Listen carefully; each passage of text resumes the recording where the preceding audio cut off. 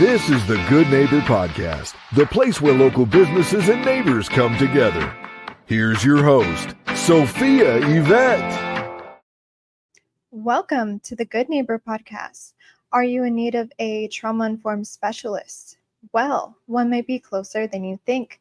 Today, I have the pleasure of introducing your good neighbor, Dr. Rebecca Harvey with Total Wellness Consultants. Dr. Rebecca Harvey, how are you today? I'm so good, Sophia. Thank you so much for having me on today. Yes, it is lovely to have you on, and we are excited to learn all about you and your business. Can you start off by telling us just a little bit about your company? Absolutely. So I'm the owner of Total Wellness Consultants and the psychedelic psychologist, and both of these are trauma-focused companies. So I specialize in helping individuals heal from historical trauma so they can improve their quality of life. I do this in a few different, sorry to jump. I do this in a few different ways. Predominantly, I do this day to day with my therapy work. And then I'm also an integration-centered psychedelic psychotherapist. Amazing. Now for today, let's keep the focus Total Wellness Consultants. So getting into the background a little bit more, how did you originally get into this business? Yeah, really good question. So my background, actually, I began in forensic psychology. So I worked in federal and state prisons, both in Texas and in California. And I thought I would stay in that line of work, doing a lot of forensic testimony in court. And what I found was that the days I was leaving the prisons, having done therapy work for the inmates, I really felt just a greater sense of meaning and purpose. And so that caused me to pause and think maybe what I would rather do is actually serve people in that capacity. So that was a pretty then quick streamline into community psychotherapy. Wow. Now, backstory on your backstory for a second. What made you wanted to get into the forensic field in the first place? You know, I grew up being fascinated by all things forensic. So I would read all of the like serial killer novels and so forth. Too much to my mother's chagrin. She didn't love that I did this, but I was just fascinated by that deeper criminal psychology. I think in general, I was fascinated by psychology and just what made people tick, how people got into the positions in life they were in, why they behaved the ways they did. So from a very young age, I was analyzing this, but also from an unfortunately young age, I was really fascinated by serial killers. And so this led me to want to study that once I was in school studying psychology. Now, what is the most common myth or misconception when it comes to handling trauma? I think the most common misperception is that we can heal trauma simply by understanding how it came to be. And the how it came to be part is super fascinating. But the only way that really helps is that it allows us to extend compassion to ourselves and eventually, hopefully, to whatever or whoever it was that contributed to the formation of that trauma.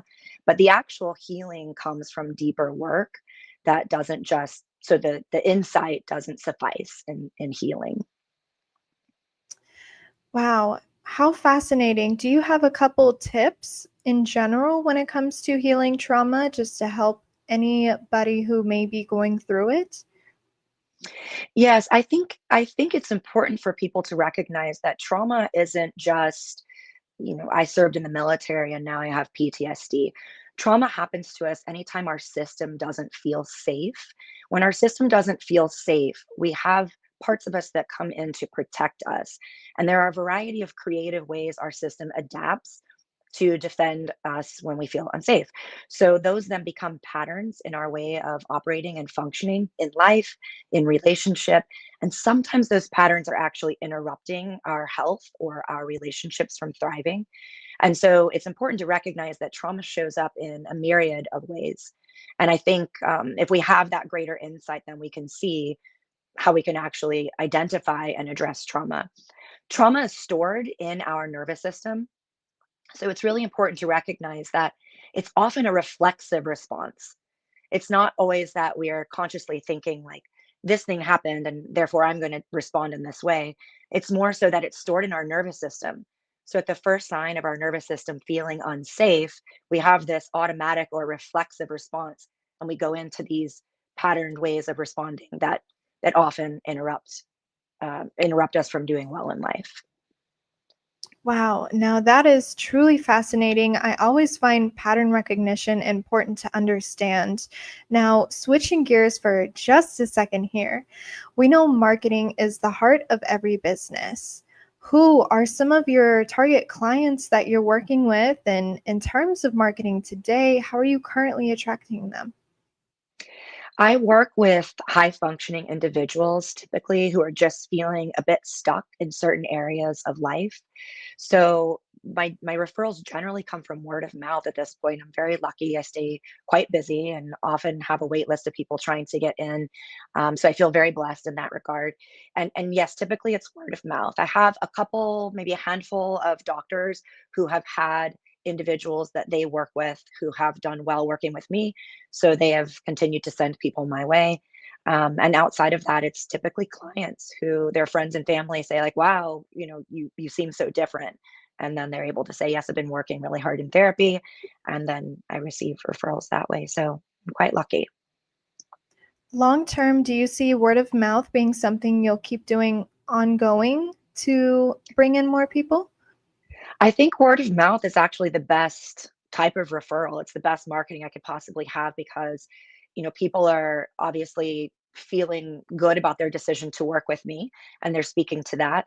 And then also how flattering is that someone's approaching someone and saying, "Wow, you seem like you're doing a lot better. You seem happier, you seem more at ease, your life seems to be going well and being in flow." And then for them to be able to identify that this is the result of this deeper healing work they've done. So yes, I do hope word of mouth continues to be a great resource for my referral base. Well, thank you for sharing that with us. Now, have you ever thought about doing your own podcast? I actually have. I've been on several podcasts and I'm in the process of doing that, not for my day-to-day therapy work, but for that deeper psychedelic work I do. So I am in the process of launching one currently. Yes. Oh, that is truly fascinating. Now, outside of work, what do you and your family like to do for fun? Well, the primary things are probably travel and then health and fitness. So that I'm pausing here because most people don't think of health and fitness as like a fun and exciting hobby, but I am a bit of a fitness and nutrition enthusiast. So I really do enjoy learning about all things wellness. I actually speak corporately about wellness, usually from a neuropsychologically based perspective, but my interest in wellness and health in general tend to inform that. So I really kind of geek out on all of that. And then travel is a really high priority for my family. So international and local travel, whenever we can fit it in, we pretty much do. And I think we really prioritize experience and adventure as a high value for our family. Amazing. Well, the world is too big to just stay in one place your whole life. For sure, for sure. Now, please tell our listeners one thing they should remember about total wellness consultants. Total Wellness Consultants is here to support helping you find your balance in mind, body, and spirit.